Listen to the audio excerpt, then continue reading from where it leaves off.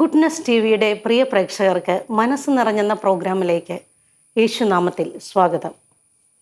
ഏറ്റവും അഭിമാനത്തോടും സന്തോഷത്തോടും ഇന്ന് ഞങ്ങൾ പരിചയപ്പെടുത്തുന്നത് സ്വീഡനിൽ സ്ഥിരതാമസമാക്കിയ തിരുവല്ല സ്വദേശി ഗായകനും സംഗീത സംവിധായകനുമായ റാണ പ്രതാപ് എന്ന വ്യക്തിയാണ്. അദ്ദേഹത്തിൻ്റെ സംഗീത യാത്രയെ നമുക്ക് ഈ പ്രോഗ്രാമിലൂടെ അടുത്തറിയാം. എല്ലാവർക്കും ഒരിക്കൽ കൂടി ഈ പ്രോഗ്രാമിലേക്ക് സ്വാഗതം. സർ, ഗുഡ്നെസ് ടി വിയുടെ മനസ്സ് നിറഞ്ഞെന്ന പ്രോഗ്രാമിലേക്ക് സ്നേഹപൂർവ്വം സ്വാഗതം ചെയ്യുന്നു. സാറിനെ ഒന്ന് സ്വയം പരിചയപ്പെടുത്താമോ നമ്മുടെ പ്രേക്ഷകർക്ക് വേണ്ടി? തീർച്ചയായിട്ടും. എൻ്റെ പേര് റാണ പ്രതാപ് എന്നാണ്. റാണ പ്രതാപ് വർഗീസ്. സോ എൻ്റെ ഫാമിലി ഹൗസ് തിരുവല്ലയിലാണ്. പക്ഷേ ഇപ്പോൾ ഞാൻ സ്വീഡനിൽ അവിടെ ജോലിയോടൊത്ത് അവിടെ സെറ്റിലായിരിക്കുകയാണ്. ആക്ച്വലി 16 വർഷമായി സ്വീഡനിൽ. ഞാൻ ജനിച്ചത് ആക്ച്വലി ശ്രീലങ്കയിലാണ്. എൻ്റെ മദർ ശ്രീലങ്കനാണ്. എൻ്റെ പപ്പായാണ് മലയാളി, തിരുവല്ല. പക്ഷേ 6 മാസം പ്രായമുള്ളപ്പോൾ അവിടെ യുദ്ധം തുടങ്ങിയ സമയത്ത് അങ്ങനെ എൻ്റെ പിതാവ് എന്നെ 6 മാസം കൈക്കുഞ്ഞായിരിക്കുമ്പോഴാണ് എന്നെ നാട്ടിൽ കൊണ്ടുവരുന്നത്. സോ അങ്ങനെ അമിച്ചഗിരിയിൽ നീരേറ്റുപുറം എന്ന് പറയുന്നൊരു ഗ്രാമത്തിൽ എൻ്റെ അപ്പച്ചൻ്റെയും അമ്മച്ചിയുടെയും കൂടെ നിന്നാണ് ഞാൻ വളർന്നതൊക്കെ. പേര്? പപ്പ ഏബ്രഹാം വർഗീസ് ആണ്. മമ്മി മറിയ കൊറാറ്റ വർഗീസ്. അവരിപ്പോൾ ശ്രീലങ്കയിലാണ്. അവിടെ ഒരു വെൽഫെയർ സോഷ്യൽ സിസ്റ്റമായിട്ട് വർക്ക് ചെയ്യുന്നു.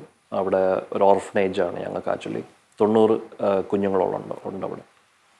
സോ അതുമായിട്ട് ബന്ധപ്പെട്ട് അവർ രണ്ടുപേരും അവിടെയാണ്. എനിക്ക് 2 സിസ്റ്റേഴ്സാണ്. ഒരാൾ നേഴ്സായിട്ട് UK വർക്ക് ചെയ്യുന്ന ഒരു കുടുംബമായിട്ട്. പിന്നെ എൻ്റെ ഇളയ സിസ്റ്റർ, ഞാനും എൻ്റെ ഇളയ സിസ്റ്ററും തമ്മിൽ ഏകദേശം 14 വയസ്സ് ഡിഫറൻസ് ഉണ്ട്. കെസിയ എന്നാണ് പേര്. പുള്ളിക്കാരി കാനഡയിൽ മെഡിക്കൽ ഫീൽഡിൽ വർക്ക് ചെയ്തു. സാറിൻ്റെ ബാല്യകാലമൊക്കെ എങ്ങനെയായിരുന്നു? ഞാൻ 6 മാസം പ്രായമുള്ളപ്പോൾ ഞാൻ നീരറ്റൂർ അമിച്ചേരി എന്ന് പറയുന്ന ഒരു വില്ലേജിലാണ് ഞാൻ താമസിച്ചതൊക്കെ. അന്ന് എൻ്റെ പേരൻസ് എൻ്റെ കൂടെ ഇല്ല ആക്ച്വലി. സ്പെഷ്യലി എൻ്റെ മദർ ഇല്ലായിരുന്നു. കാരണം അന്ന് ശ്രീലങ്കയിൽ യുദ്ധം നടക്കുന്ന കാലമായതുകൊണ്ട് ശ്രീലങ്കൻസിന് ഇന്ത്യയിലോട്ട് വരാൻ ഒത്തിരി ലിമിറ്റേഷൻ ഉണ്ടായിരുന്നു. എൻ്റെ ചെറുപ്പകാലം മുഴുവൻ ഞാൻ ജീവിച്ചത് എൻ്റെ ഗ്രാൻഡ് പേരൻസിൻ്റെ കൂടെയാണ്. അന്ന് എൻ്റെ പപ്പ ഒരു ഗോസ്പൽ സിംഗറായിരുന്നു. JV പീറ്റർ എന്ന് പറയുന്ന ഒരു ശുശ്രൂഷകൻ്റെ കൂടെയായിരുന്നു എൻ്റെ പപ്പ ആദ്യകാലങ്ങളിൽ. ആ ടീമുമായിട്ട് ചേർന്ന് ഗോസ്പൽ മിഷൻ വർക്കിൽ ഒത്തിരി അവർ ട്രാവൽ ചെയ്യുമായിരുന്നു.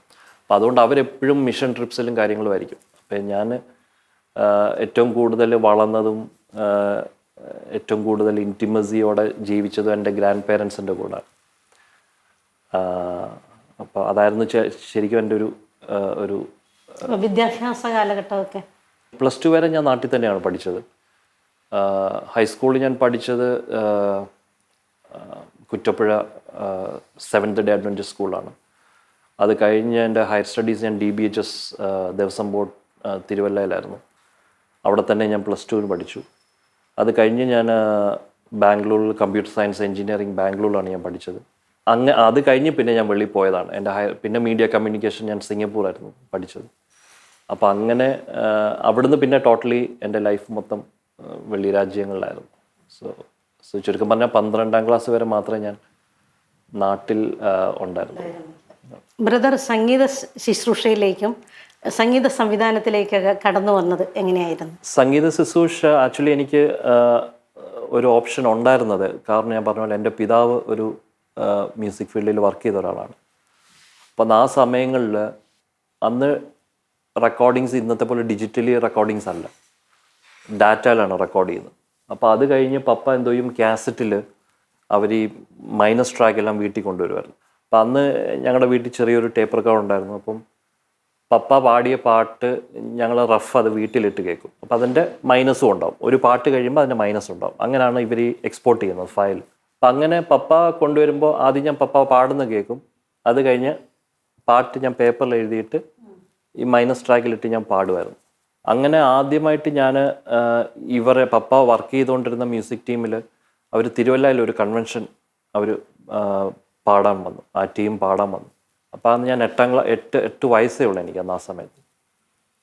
അന്ന് പപ്പ ജെ.വി. പീറ്ററോട് പറഞ്ഞു, എൻ്റെ മോനുണ്ട്, അവനൊരു പാട്ട് ഒരവസരം കൊടുക്കാൻ പറഞ്ഞു. അങ്ങനെ ആദ്യമായിട്ട് ഒരു ലൈവ് ഓർക്കസ്ട്രയുടെ കൂടെ എണ്ണി എണ്ണി സ്തുതിക്കുവാൻ എണ്ണമില്ലാത്ത കൃപകളിനാൽ ആ പാട്ടാണ് ഞാൻ ആദ്യമായിട്ട് സ്റ്റേജിൽ പാടുന്നത്. അന്ന് എനിക്ക് 8 വയസ്സാണ്. അന്ന് ഞാൻ ഇപ്പോഴും ഓർക്കുന്നുണ്ട്. അന്ന് ടൗണിൽ നിന്ന ആൾക്കാരൊക്കെ ഈ കോളാമ്പി കൂടെ കേട്ടപ്പം എൻ്റെ സ്വരം ഒരു പെണ്ണിൻ്റെ സ്വരം പോലെ അവർ കേട്ട. ആക്ച്വലി ഒരു ഫീമെയിൽ സിംഗർ പാടുന്ന പോലെയാണ് അവർ സൗണ്ട് കേട്ടത്. അപ്പം അങ്ങനെ അവർ കേട്ട് കുറേ പേര് ആ ഗ്രൗണ്ടിലോട്ട് വന്നു. ഗ്രൗണ്ടിൽ വന്ന് നമ്മൾ ഈ സാധാരണ ആൾക്കാരോട് റിക്വസ്റ്റ് ചെയ്യുന്ന പോലെ ഇവരൊക്കെ വന്ന് സ്റ്റേജിൽ വന്ന് അവർ റിക്വസ്റ്റ് ചെയ്തു, ഇപ്പം പാടിയ കൊച്ചിനെ കൊണ്ട് ഒരു പാട്ടോടെ പാടിക്കണം. അങ്ങനെ വീണ്ടും എന്നെ കൊണ്ട് സ്തോത്രാഴ്ച സമയത്ത് ആ പാട്ടെന്നെ വീണ്ടും പാടിച്ചു. അതാണ് എൻ്റെ ഫസ്റ്റ് എൻ്റെ ഒരു സ്റ്റേജ് പെർഫോമൻസ് ചെയ്ത് ഞാൻ 8 വയസ്സ് പ്രായമുള്ളപ്പോഴാണ്. അന്ന് തുടങ്ങിയതാണ് ഇന്ന് വരെ അത് ആ ഒരു ഭാഗ്യം എനിക്ക് ഉണ്ടായിട്ടുണ്ട്. അപ്പോൾ അതാണ് എൻ്റെ സംഗീതത്തിലോട്ടുള്ള ആദ്യത്തെ എൻട്രി. പിന്നെ സംഗീത സംവിധാനത്തിലോട്ട് ഞാൻ വരുന്നത് ഞാൻ +2 പഠിക്കുമ്പോഴാണ്. +2 കഴിഞ്ഞ് ഞാൻ കമ്പ്യൂട്ടർ സയൻസ് ബാംഗ്ലൂരിൽ പഠിക്കുമ്പോൾ എൻ്റെ കൂടെ എൻ്റെ ജൂനിയറിൽ പഠിച്ച ഒരു പെൺകുട്ടിയാണ്. അവരുടെ അങ്കിൾ അവർ ഡിവൈനിലൊക്കെ വർഷിപ്പ് ചെയ്തിട്ടുള്ള ആൾക്കാരാണ്. അപ്പോൾ ആ അങ്കിളിനോട് പറഞ്ഞു, ഞങ്ങളുടെ കോളേജിലൊരു ഒരാളുണ്ട്, പുള്ളി നല്ല മ്യൂസീഷ്യനാണ്, അപ്പം നമുക്ക് കുറച്ച് പാട്ട് കൊടുത്താൽ ചിലപ്പം പുള്ളി അത് കമ്പോസ് ചെയ്ത് നമുക്കത് ചെയ്തു തരുമെന്ന് പറഞ്ഞു. അങ്ങനെ ഈ കൊച്ചിൻ്റെ അങ്കിളാണ് ഇവിടെ കയ്യിൽ ഒരു 10 പാട്ട് കൊടുത്തു. 10 പാട്ട് കൊടുത്തപ്പം അതെൻ്റെ കൈ കൊണ്ട് തന്നിട്ട് പറഞ്ഞു, ഇത് ഒന്ന് ചെയ്ത് നോക്ക്, എങ്ങനെ വരുമെന്ന് നമുക്ക് നോക്കാമെന്ന് പറഞ്ഞ് തന്നു. അപ്പം ഞാൻ ആ സമയങ്ങളിൽ ഏതോ ഒരു അവധിക്ക് നാട്ടിൽ വന്ന സമയത്ത് അന്ന് ഞങ്ങൾക്ക് കോർഗിൻ്റെ X3 എന്ന് പറഞ്ഞൊരു കീബോർഡായിരുന്നു. അതിൽ ഞങ്ങളുടെ കീബോർഡിസ്റ്റ് വീട്ടിൽ ഞാൻ പുള്ളിയെ വരുത്തിച്ച് പുള്ളിയെ ഒരാഴ്ച വീട്ടിൽ താമസിപ്പിച്ച്, മോൺസി അലക്സാണ്ടർ, ഇപ്പോഴും ഞാൻ ഒത്തിരി വർക്കുകൾ ഞാൻ പുള്ളിയോട് വർക്ക് ചെയ്യുന്നുണ്ട്. അപ്പം പുള്ളി വീട്ടിൽ താമസിപ്പിച്ച് ഒരാഴ്ച താമസിപ്പിച്ച് പുള്ളിയോട് ഇരുന്നാണ് ഞാൻ ഈ 10 പാട്ട് കമ്പോസ് ചെയ്തത്. ഓരോ പാട്ട് കമ്പോസ് ചെയ്യുമ്പോഴും എൻ്റെ മനസ്സിലൊരു സിംഗറുണ്ട്, എനിക്ക് ഈ പാട്ട് ഇന്ന സിംഗർ ആയിരിക്കണം പാടേണ്ടിയെന്ന്. അന്ന് അതൊക്കെ സ്വപ്നങ്ങളാണ്, അല്ലാതെ അതൊന്നും നമ്മളത് ചെയ്യാൻ പോവുക. കാര്യം ഫൈനാൻഷ്യലി ഞാൻ അത്ര ഒരു സ്റ്റേബിൾ ഫാമിലിയിൽ വളർന്ന ഒരാളല്ല. അപ്പോൾ പക്ഷേ ഞാൻ കമ്പോസ് ചെയ്യുമ്പോൾ ഇതിപ്പോൾ യേശുദാസ് പാടി എങ്ങനെ ഇരിക്കും, അല്ലെങ്കിൽ ഇതിപ്പം ജയചന്ദ്രൻ പാടി എങ്ങനെ ഇരിക്കും. കാര്യം അന്ന് എൻ്റെ സിംഗേഴ്സ് ഞാൻ വളർന്നു വരുന്ന സമയത്ത് അവരൊക്കെയാണ് മുൻമേഖലയിൽ നിൽക്കുന്ന സിംഗേഴ്സ്, അവരൊക്കെയാണ്. ചിത്ര പാടി എങ്ങനെ ഇരിക്കും, അല്ലെങ്കിൽ സുജാത പാടി എങ്ങനെ ഇരിക്കും, ഇതൊക്കെയാണ് എൻ്റെ മനസ്സിലെ ആഗ്രഹം. ഞാൻ അങ്ങനെ മനസ്സിൽ വെച്ചാണ് ഓരോ പാട്ടുകളും ഞാൻ കമ്പോസ് ചെയ്ത് ഞാനത് ചെങ്ങന്നൂരുള്ള പാട്ടുപെട്ടി സ്റ്റുഡിയോയിൽ ആ പാട്ട് ഞാൻ തന്നെ പാടി ഒരു 4-5 പേര് കൊയറൊക്കെ വെച്ച് എല്ലാം സെറ്റ് ചെയ്ത് പാടി ആ 10 പാട്ട് ഞാൻ റെക്കോർഡ് ചെയ്തെടുത്ത് ഞാൻ സ്റ്റോർ ചെയ്തു. ഒരു ഹാർഡ് ഡ്രൈവിൽ സ്റ്റോർ ചെയ്ത് വെച്ച് അത് കഴിഞ്ഞിട്ട് ഞാൻ കുറേ പാട്ടുകൾ ഞാൻ കമ്പോസ് ചെയ്ത് അതൊക്കെ വെളിയിൽ വന്നു. പക്ഷെ അന്നേരം എൻ്റെ മനസ്സിലുണ്ടായിരുന്ന ആഗ്രഹം, ഞാൻ ആദ്യമായിട്ട് ചെയ്ത ആ 10 പാട്ടുകൾ ഏത് സിംഗേഴ്സിനെ വെച്ചാണോ ഞാനത് ചെയ്യണമെന്ന് തോന്നിയത് അതെനിക്ക് ചെയ്യണമെന്ന് എൻ്റെ മനസ്സിൽ ഭയങ്കര ആഗ്രഹമായിരുന്നു.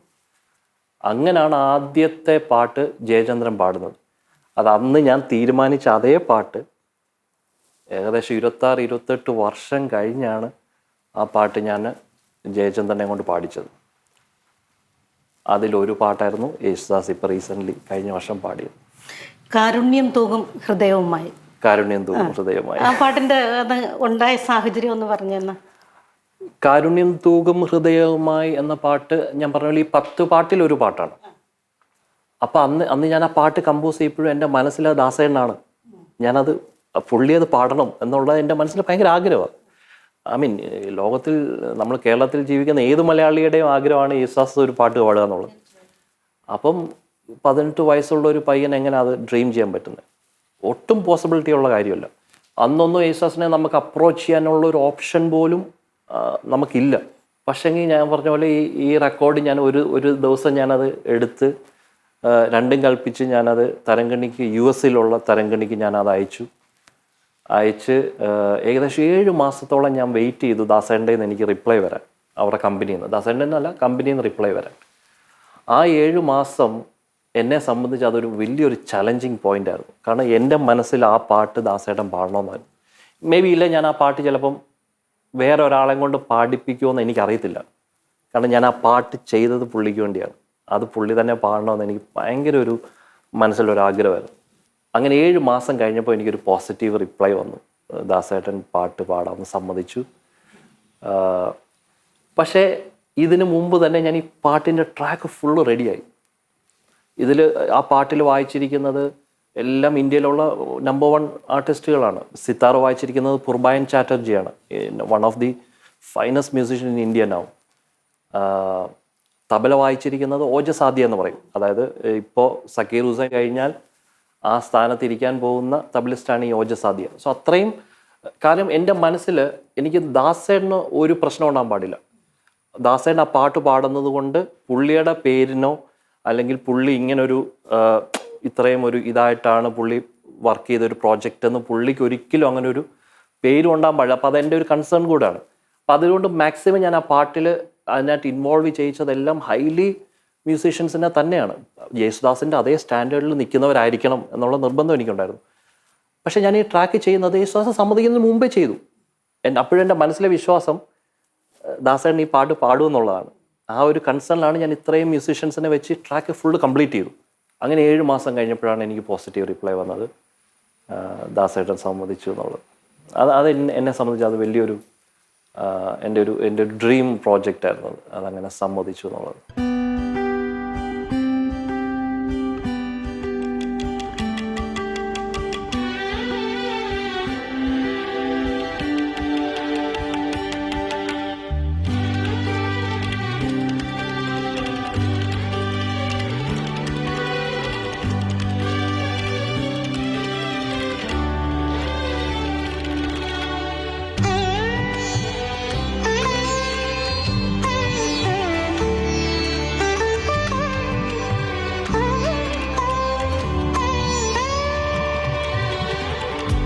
കാരുണ്യം തൂകും മനസ്സുമായി എന്നരികിൽ അണഞ്ഞ നാഥ, കാരുണ്യം തൂകും മനസ്സുമായി എന്നരികിൽ അണഞ്ഞ നാഥ, ഒരു വേള പിരിയാതെ നിന്നിൽ വസിപ്പാൻ പാപിയാമെന്നെ നീ യോഗ്യനാക്കൂ. ഒരു വേള പിരിയാതെ നിന്നിൽ വസിപ്പാൻ പാപിയാമെന്നെ നീ യോഗ്യനാക്കൂ. കാരുണ്യം തൂകും മനസ്സുമായി എന്നരികിൽ അണഞ്ഞ നാഥ.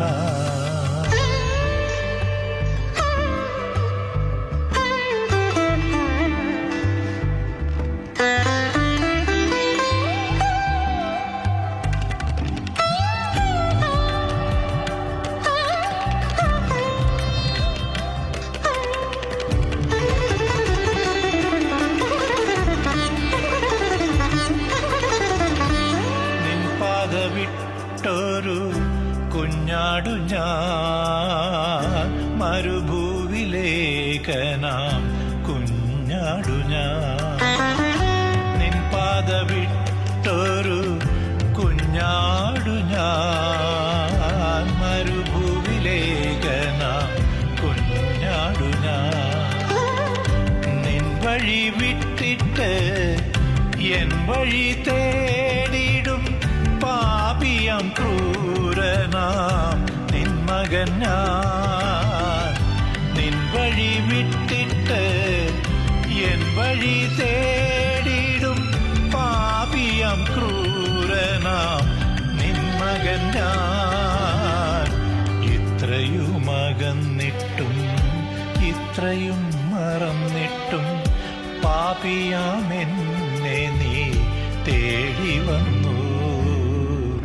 കാരുണ്യം തൂകും മനസ്സുമായി എന്നരികിൽ അണഞ്ഞ നാഥ, ഒരു വേള പിരിയാതെ നിന്നിൽ വസിപ്പാൻ പാപിയാമെന്നെ നീ യോഗ്യനാക്കൂ. ഒരു വേള പിരിയാതെ നിന്നിൽ വസിപ്പാൻ പാപിയാമെന്നെ നീ യോഗ്യനാക്കൂ. കാരുണ്യം തൂകും മനസ്സുമായി എന്നരികിൽ അണഞ്ഞ നാഥ. അപ്പോൾ ഇതിൻ്റെ ലിറിക്സ് എഴുതിയതാരാണ്? എൻ്റെ മനസ്സിൽ ഇപ്പോഴും അതൊരു വിഷമമായിട്ട് കിടക്കുന്ന ഒരു കാര്യമാണ്. അന്ന് ഈ 10 പാട്ടുകൾ എൻ്റെ കൈ വരുമ്പോൾ എനിക്ക് ആ പാട്ട് എഴുതിയ ആളുടെ പേര് ക്രിസ്റ്റി ജോസ് എന്നാണ്. പക്ഷേ ഇന്ന് വരെ ഞാൻ ആ പാട്ട് എഴുതിയ ആളെ ഞാൻ കണ്ടിട്ടില്ല. ആളിപ്പോൾ എവിടാന്ന് എനിക്കറിയത്തില്ല. ആ ആളെ ഒന്ന് കണ്ടുപിടിക്കാനും നോട്ട് ചെയ്യാനൊക്കെ ഒത്തിരി ഞങ്ങൾ ശ്രമിച്ചതാണ്. പക്ഷേ ഇതുവരെയായിട്ടും അത് ആളെ കണ്ടുമുട്ടാൻ സാധിച്ചിട്ടില്ല. We are still trying. ബ്രദറിൻ്റെ സംഗീത യാത്രയിൽ ഏറ്റവും അഭിമാനം തോന്നിയിട്ടുള്ള ഒരു നിമിഷം? തീർച്ചയായിട്ടും ഇപ്പം ഞാൻ പറഞ്ഞ പോലെ കാരുണ്യം തൂകും അത് എൻ്റെ ഒരു പ്രൗഡ് മൊമെൻ്റ് ആയിരുന്നു ലൈഫിൽ.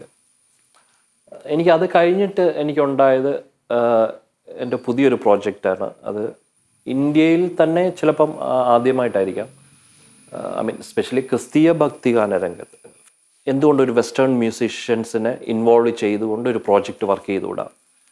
അങ്ങനെ ഞാൻ 3 symphony orchestra, യൂറോപ്പിലുള്ള Vienna, Budapest, German, അങ്ങനെ 3 സിംഫണി ഓർക്കസ്ട്ര ഞാൻ കോണ്ടാക്ട് ചെയ്ത് എൻ്റെ ഇൻട്രസ്റ്റ് ഞാൻ പറഞ്ഞു അവരുടെ അടുത്ത്. അപ്പം അതിൽ എന്നെ സംബന്ധിച്ച് എനിക്ക് കുറച്ചുകൂടെ അഫോർഡബിൾ ആയിരുന്നത് ഈ ബുദാപെസ്റ്റ് സിംഫണി ഓർക്കസ്ട്ര ആയിരുന്നു. അത് ഏകദേശം 60 പേരോളം ഉള്ള ഒരു വലിയ ഓർക്കസ്ട്രയാണ്. അവരുടെ പ്രൊഫൈൽ ചെക്ക് ചെയ്യുവാണെങ്കിൽ ഇംഗ്ലീഷിലുള്ള ഹോളിവുഡ് ഫിലിംസിൽ ബാക്ക്ഗ്രൗണ്ട് സ്കോർ ചെയ്യുന്ന ഒരു ഓർക്കസ്ട്രയാണ് ഈ സിംഫണി ഓർക്കസ്ട്ര എന്ന് പറയുന്നത്. അപ്പം അവരെ സംബന്ധിച്ച് നമ്മുടെ ലാംഗ്വേജ് അറിയത്തില്ല, ഈ പാട്ടിൻ്റെ അർത്ഥം എന്തോന്ന് അവർക്കറിയത്തില്ല, ഒരു രീതിയിലുമുള്ള ഒരു കണക്ഷൻ ഇല്ല. അതായത് ഭാഷ അറിയാതെ ഞാൻ കൊടുക്കുന്ന നൊട്ടേഷൻ വെച്ച് അവർ അത് വായിച്ചെടുക്കുക എന്ന് പറയുന്നത് അവിടെ ലാംഗ്വേജിന് ഒരു സ്ഥാനവും. അവിടെയാണ് മ്യൂസിക്കിൻ്റെ ആ ഒരു വില അത്രത്തോളം ഉണ്ടെന്ന് എനിക്കും അപ്പോഴാണ് അത് മനസ്സിലാവുന്നത്. ജെറുസലേം നായകൻ എന്ന് പറയുന്ന പാട്ട് എഴുതിയത് മനോജ് എലവങ്കിലാണ്. അതിൻ്റെ ഓരോ റഫ് റെക്കോർഡിങ് അതിൻ്റെ എല്ലാം മാറ്റി ചെയ്ത് അവസാനം 7 മാസം കഴിഞ്ഞപ്പോൾ ഞങ്ങളത് ഫൈനൽ ഡേറ്റ് ഫിക്സ് ചെയ്താണ് ഞാൻ ബുദാപെസ്റ്റ് ചെല്ലുന്നത്. അത് എൻ്റെ ജീവിതത്തിൽ വളരെയധികം ഒരു ചേഞ്ച് ഉണ്ടാക്കിയൊരു പ്രോജക്റ്റായിരുന്നു ജെറുസലേം നായകൻ. അത് മനോജ് അത് നല്ല അർത്ഥത്തിൽ അത് എഴുതിയിട്ടുമുണ്ട്. അത് എന്നെ സംബന്ധിച്ച് Manoj is a very well lyricist. മനോജിൻ്റെ കൂടെ 3 പാട്ടോളം ഞാൻ വർക്ക് ചെയ്യാനൊരു ദൈവം എനിക്ക് അവസരം തന്നിട്ടുണ്ട്.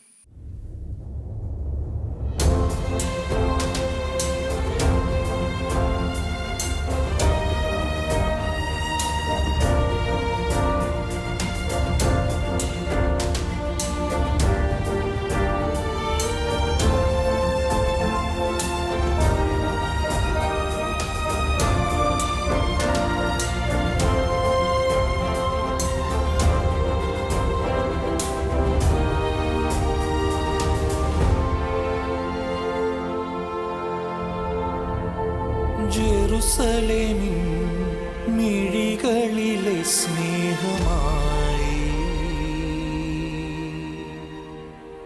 ജനപഥമീ പദമലരിൽ കാഴ്ചയേകി. ജെറുസലേമിൻ മിഴികളിലെ സ്നേഹമായി ജനപഥമീ പദമലരിൽ കാഴ്ചയേകി.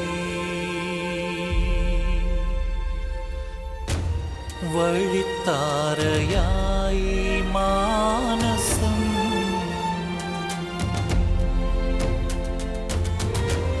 മിഴിക്കോണിരെങ്ങോ തേങ്ങലാ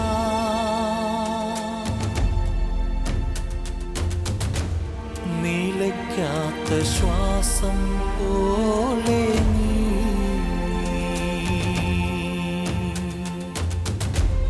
തുടിക്കും എന്നുള്ളിൽ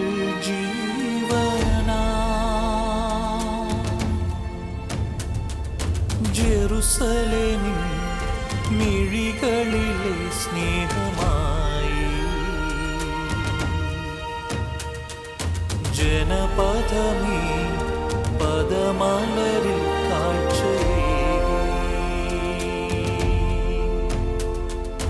ജെറുസലേമിൻ മിഴികളിലെ സ്നേഹമായി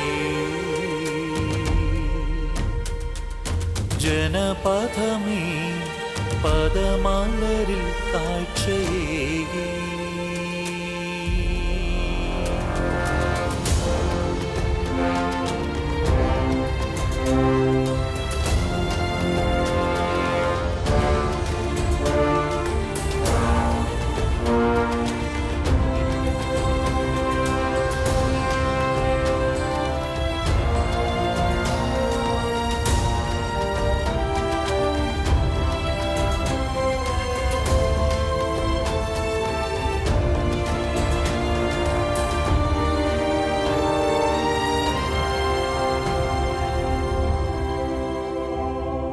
ഓർമ്മകൾ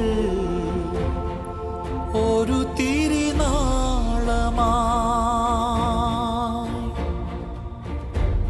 നെടുവീർപ്പിലെങ്ങോ ആർദ്രമായി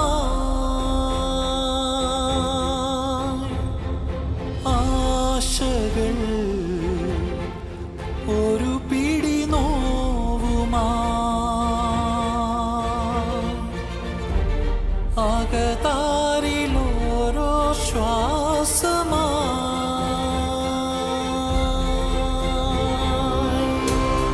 ഒരു വാക്കിലേകാൻ ജീവനേ നീ വരൂ മൃദുസ്വരമായി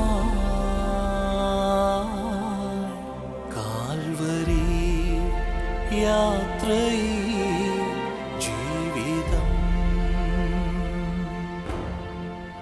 കാവലായി കാത്തിടൂ നായക ജെറുസലേമിൻ മിഴികളിലെ സ്നേഹമായി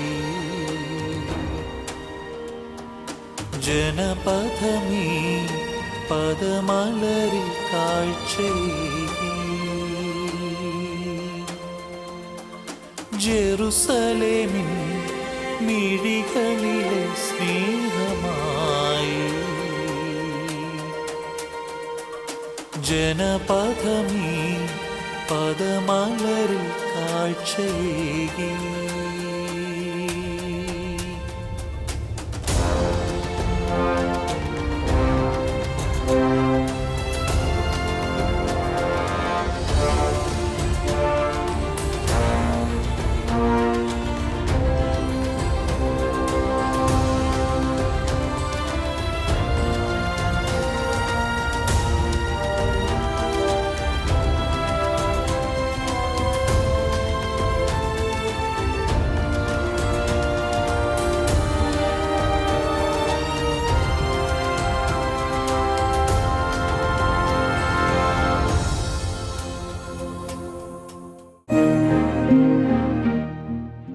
ഈശോ പറഞ്ഞു, നിങ്ങൾ എന്നെ തിരഞ്ഞെടുക്കുകയല്ല, ഞാൻ നിങ്ങളെ തിരഞ്ഞെടുക്കുകയാണ്.